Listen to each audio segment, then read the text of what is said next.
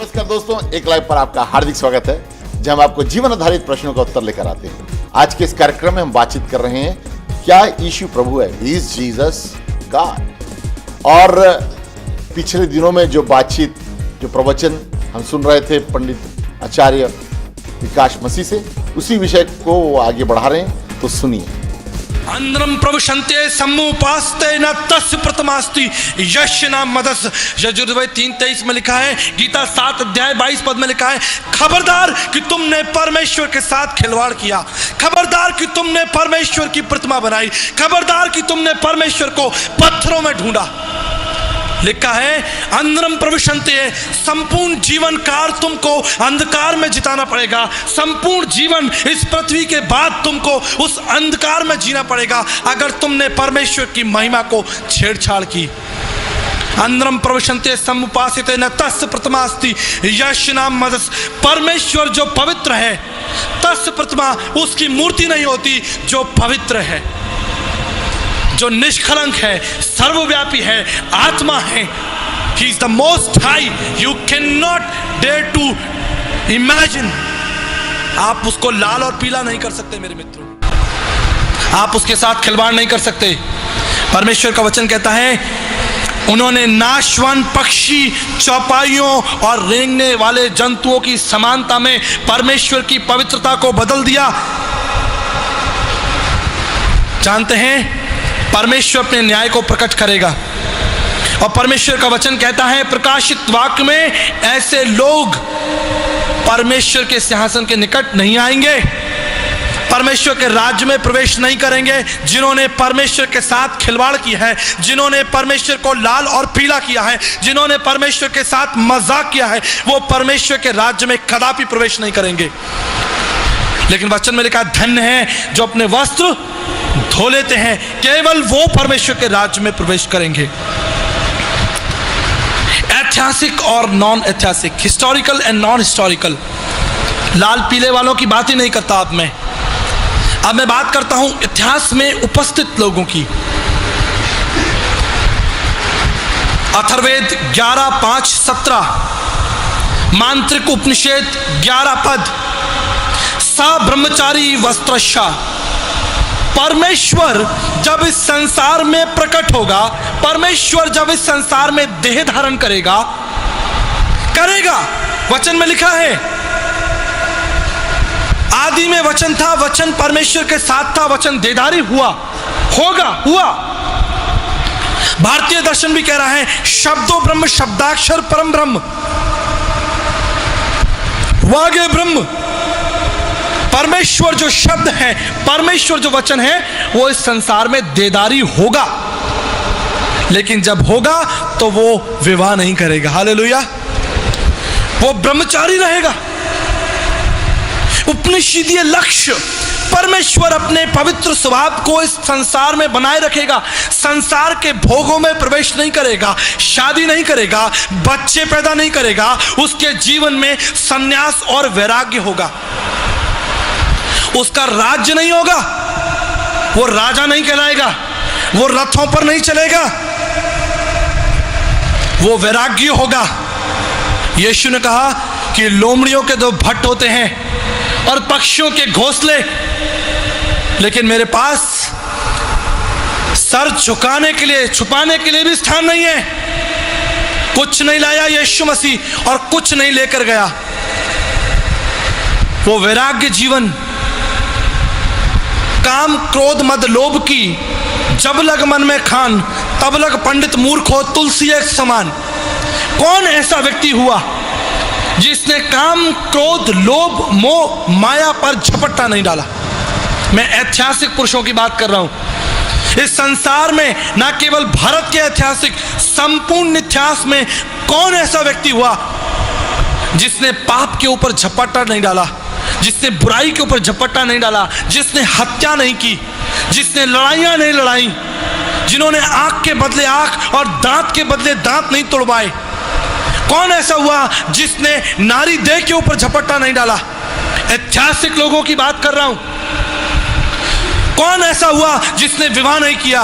संपूर्ण इतिहास में उपनिषदीय लक्ष्य को, वेद के इस लक्ष्य को, सब्रह्मचारी वस्त्रशा, वो स्वभाव से ब्रह्मचारी निष्कलंक पवित्र रहेगा। 33.5 साल प्रभु यीशु मसीह ने पवित्र जीवन इस पृथ्वी पर जिया। इतिहास गवाह है, कोई कल्पना नहीं है।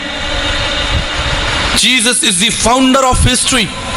यीशु मसीह इतिहास का राजदूत है, इतिहास का बनाने वाला है, इतिहास का जनक है। यीशु काल्पनिक नहीं है। सब्रह्मचारी वस्त्रशा, पढ़नी 4:4-58 में लिखा है, 98 में लिखा है, निष्कलंक परमेश्वर, निष्कलंक पवित्र। आप क्या सोचते हैं पवित्र को और अपवित्र को? आप समझते हैं पवित्रता किसको कहते हैं? पवित्रता किसको कहते हैं? परमेश्वर पवित्र है। पौर्णिमा के इस लक्ष्य को किसने पूरा किया? कौन था जिसने पवित्र जीवन जिया, संपूर्ण पवित्र जीवन?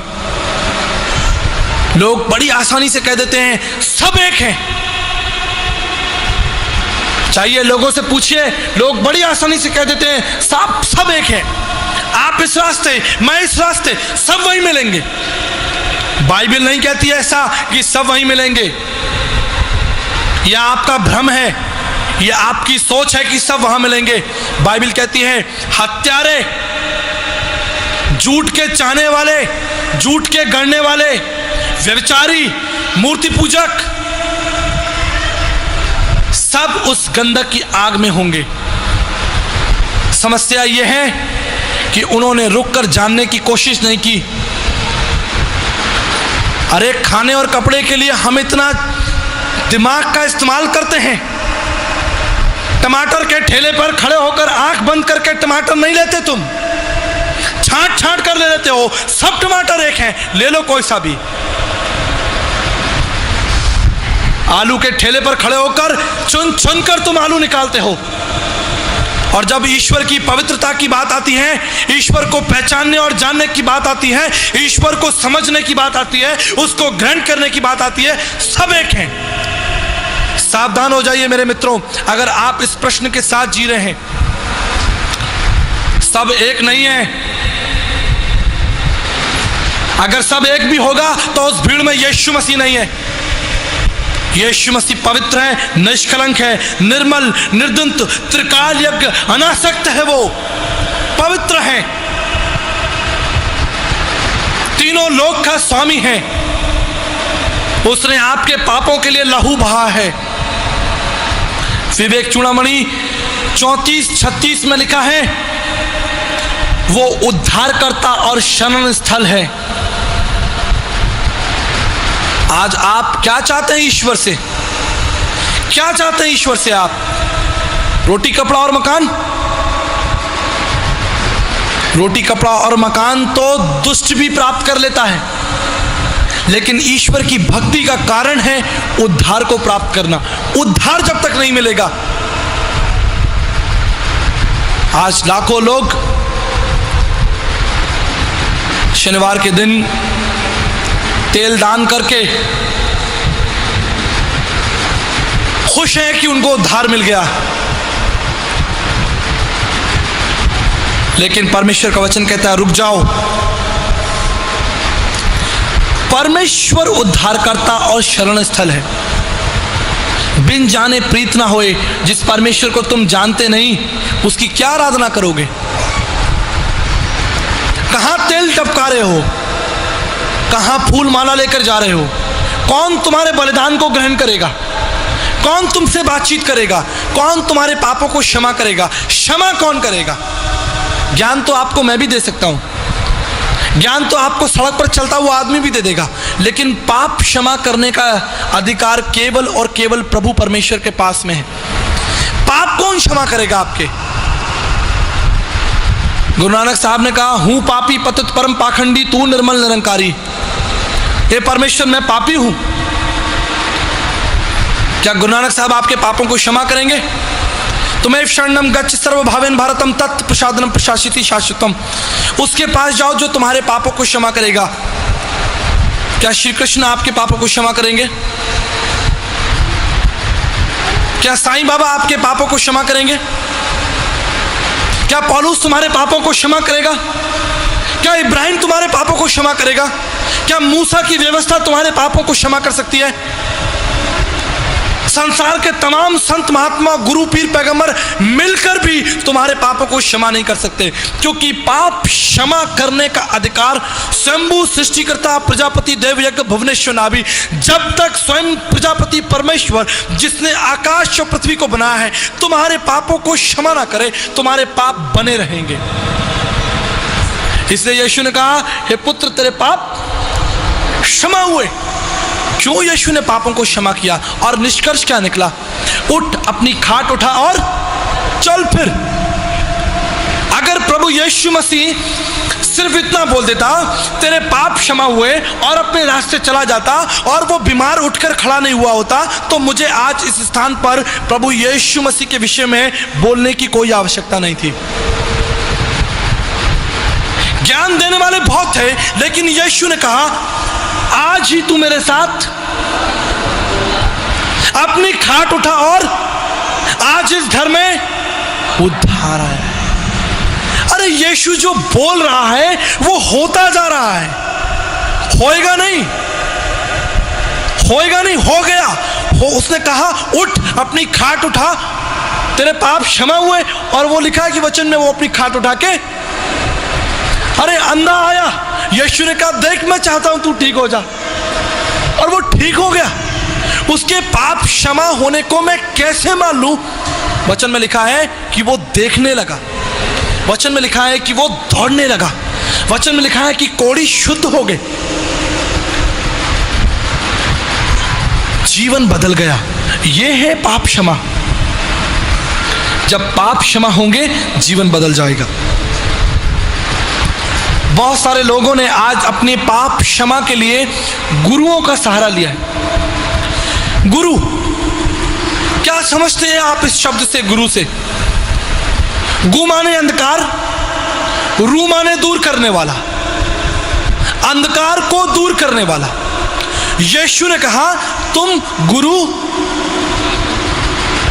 क्यों नहीं, तुम क्यों गुरु नहीं कहलाना? क्या कारण है भाई? क्या खराबी है मुझ में? मैं गुरु क्यों नहीं कहलाऊं? क्योंकि प्रभु ने कहा, सबने पाप किया। हालेलुया। बातों को समझिए प्रकाशन के साथ। तुम इसलिए गुरु नहीं कहलाना क्योंकि तुम पापी हो। और एक अंधा दूसरे अंधे को मार, क्या दोनों गड्ढे में नहीं गिरेंगे? लोभी गुरु और लालची चेला दोनों नरक में ठेलम ठेला, दोनों नरक में होंगे। जो भी व्यक्ति अपने आप को गुरु कहलवाएगा, अंधकार को दूर करने वाला कहलवाएगा, बाइबल कहती है वो कहां पाया जाएगा? नरक में। क्यों? गुरु उच्च स्थान है, साक्षात गुरुवर हरि। केवल परमेश्वर ही गुरु हो सकता है, मनुष्य नहीं हो सकता। ब्रह्मविद्या उपनिषद 31 पद, स्वयं परमेश्वर ही गुरु है। तुम गुरु ना कहलाना। अंधकार को दूर करने की शक्ति मनुष्यों में नहीं है। कोई मनुष्य तुम्हारे अंधकार को दूर नहीं कर सकता, कोई मनुष्य तुम्हारे पापों को क्षमा नहीं कर सकता, जब तक उसके पाप स्वर्ग से क्षमा नहीं किए जाएं। और यीशु ने क्या कहा? मैं कहां से आया हूं और कहां को जाता हूं? स्वर्ग को। मैं इस पृथ्वी का नहीं हूं। और ऐसा कहकर यीशु ने उपनिषदीय लक्ष्यों को पूरा किया। गीता के 4 अध्याय 37 पद में लिखा है, ज्ञान अग्नि सर्व कर्मणि भस्मा कुरेत। जब तुमको वो पवित्र ज्ञान मिलेगा तो अंधकार दूर हो जाएगा। लेकिन इस पवित्र ज्ञान को देगा कौन? स्वयंभू सृष्टिकर्ता। उस परमेश्वर का ज्ञान मैं आपको नहीं दे सकता, उस परमेश्वर का ज्ञान स्वयं परमेश्वर आपको देगा। और वचन में लिखा है कि उसने हमारे बीच में डेरा किया। हालेलुया। वो हमारे मध्य में रहा, हमारे मध्य में चला फिरा, उसने हमारे मध्य रोटी तोड़ी। आकाश और पृथ्वी का परमेश्वर 33.5 साल के लिए हमारे बीच में रहा। इसलिए गीता में लिखा है कि जब तक तुम उसको नहीं जान लेते उस बंधन से मुक्त नहीं हो सकते। श्वेताश्वर उपनिषद उसका 3रा अध्याय 8 पद, तुम्हें विद्वंती मृत्युमेति नान्य पंथा विद्यते यनान।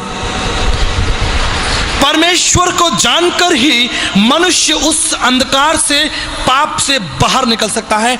उस परम गति को प्राप्त करने का दूसरा कोई तरीका नहीं है, केवल उस परमेश्वर को जानकर। बिना परमेश्वर को जाने आपके पाप क्षमा नहीं होंगे। और यीशु मसीह ही परमेश्वर है जिसने पाप क्षमा किए, जो पाप क्षमा कर रहा है और आने वाली पीढ़ी के पापों को भी वो क्षमा करेगा। मैं परमेश्वर का धन्यवाद करता हूं। उस परमेश्वर को ढूंढने के लिए लोग पहाड़ों पर जा रहे हैं, लेकिन यीशु मसीह ने कहा, मम युगम श्वेत पर्यता, मेरी शिक्षाएं, मेरा जुआ तुम अपने ऊपर ले लो। मम युगम श्वेत पर्यता, मेरी शिक्षाओं को तुम अपने कंधों पर ले लो। क्या होगा? तू अपने मुंह से अंगीकार कर तो निश्चित उद्धार पाएगा, निश्चित, इसमें कोई धोखा नहीं होगा। मित्रों, संसार में तमाम लोग आए, आप ध्यान दीजिए, सोचिए। कल मैं आपको बता रहा था 544 धर्म पुस्तकों में पाप क्षमा करने का वर्णन कहीं नहीं आया। भारतीय दर्शनों में पाप क्षमा करने का वर्णन कहीं नहीं आया। पाप उजागर किया गया, पाप के प्रकार बताए गए, लेकिन 2 प्रश्नों का उत्तर कहीं नहीं मिलता सिवाय बाइबल के। और वो 2 प्रश्न, पहला प्रश्न है, वो कौन था जिसने अपनी योग्यता और अयोग्यता के आधार पर पाप के भयंकर चक्र को जन्म दिया? पाप इस संसार में आया कैसे? इस प्रश्न का उत्तर आपको सिवाय बाइबल के कहीं नहीं मिलेगा। ये मेरा आपसे आत्मिक वायदा और दावा है। मैं आपके सामने खड़ा हूं। जाकर इतिहास के पन्नों को, शास्त्रों के पन्नों को, वेद उपनिषद, रामायण महाभारत, व्याकरण, छंद चौपाइयां, श्रुति ग्रंथ पढ़ लीजिए। आपको पाप की उत्पत्ति कहीं नहीं मिलेगी। पाप की उत्पत्ति कैसे हुई? और दूसरा मुख्य उत्तर प्रश्न, इस पाप की स्वतंत्रता का समाधान कैसे होगा? यीशु ने कहा, आज ही तू मेरे साथ स्वर्ग में होगा। The moment you believe you are a sinner and you pray, और आप प्रार्थना करें, वचन में लिखा है कि तू निश्चित और निश्चित और निश्चित उद्धार पाएगा। इसमें धोखा, ये उद्धार है क्या? उद्धार कोई खाने पीने की चीज है? उद्धार कोई सर्टिफिकेट है? उद्धार कोई कप और शील्ड है? उद्धार है क्या? परमेश्वर का वचन कहता है, परमेश्वर ने मनुष्य को अपनी समानता में बनाया। समझ लीजिए उद्धार की परिभाषा को। परमेश्वर ने मनुष्य को अपनी समानता में बनाया और मनुष्य ने पाप के भयंकर चक्र में गिरकर उस समानता को खो दिया। समानता को खो दिया। परमेश्वर के साथ उसका संबंध टूट गया। यीशु मसीह वापस आया, उसने उस समानता को, उस संबंध को पुनः स्थापित। परमेश्वर का जीवन, परमेश्वर के से कार्य, परमेश्वर की सी बातें, परमेश्वर की सी सोच, परमेश्वर का सा चरित्र ही तो उद्धार है। परमेश्वर ने मनुष्य को अपनी समानता बनाया। निकालिए फिलिप्पियों की पत्री, फिलिप्पियों उसका 2रा अध्याय और 6ठा पद। जिसने परमेश्वर के स्वरूप में होकर अपने आप को परमेश्वर की तुल्य क्या कर दिया उसने? आज लोगों के पास थोड़ा पैसा आ जाता है, थोड़ी गाड़ी आ जाती है, थोड़ी धन संपत्ति आ जाती है, थोड़ी चमक दमक आ जाती है, वो 0 से सीधे 100 पर पहुंच जाते हैं। फिर वो सीधे मुंह किसी से बात नहीं करते। चौथा पद कहता है कि हर एक अपने हित की नहीं वरन दूसरे के हित की चिंता करो। यही तो उद्धार है, यही देने तो यीशु मसीह आया था। हर एक अपने हित की नहीं वरन दूसरे के हित की भी चिंता करे, यही तो उद्धार का संदेश है। 7वां पद कहता है वरन अपने आप को ऐसा शून्य कर दिया कि दास का स्वरूप धारण किया और मनुष्य की समानता में हो गया और मनुष्य के रूप में प्रकट होकर अपने आप को दीन किया। दीन करना ही तो स्वर्ग के राज्य को प्राप्त करना है। धन्य जो मन के, वो क्या करेंगे? स्वर्ग के राज्य के अत्र ब्रह्म शमस्नते। महाभारत में लिखा है जब आप जीवित हैं यही क्षण है, यही मौका है उद्धार को प्राप्त कर लेने का। मरने के बाद उद्धार नहीं मिलेगा। मरने के बाद तुम्हारे बाल बच्चे तुम्हारे लिए तिये की बैठक करके तुमको स्वर्ग के राज्य में नहीं भेज सकते। मरने के बाद तुम्हारे बेटे और बेटियां तुम्हारा चौथा करके तुमको परमेश्वर के राज्य में स्थान नहीं दिला सकते।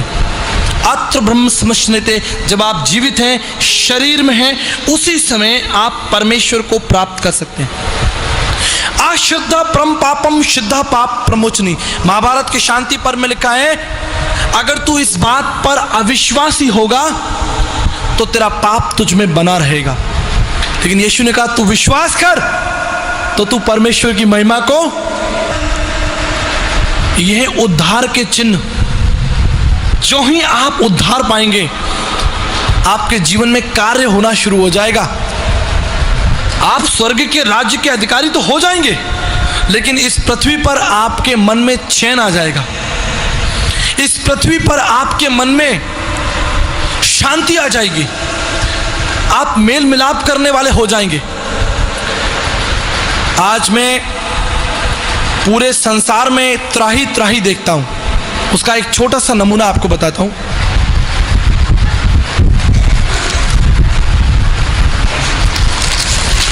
आप कहेंगे भैया कैसे?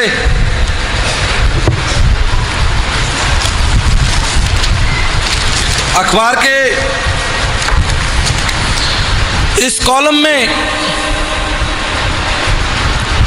कुछ बातें प्रत्येक दिन छपती हैं। भारत के नंबर 1 बाबा खान बंगाली, आपकी समस्याओं का समाधान, गृह क्लेश वशीकरण, सौतन से छुटकारा, जादू टोना, मन चाहा प्यार, व्यापार में परेशानी,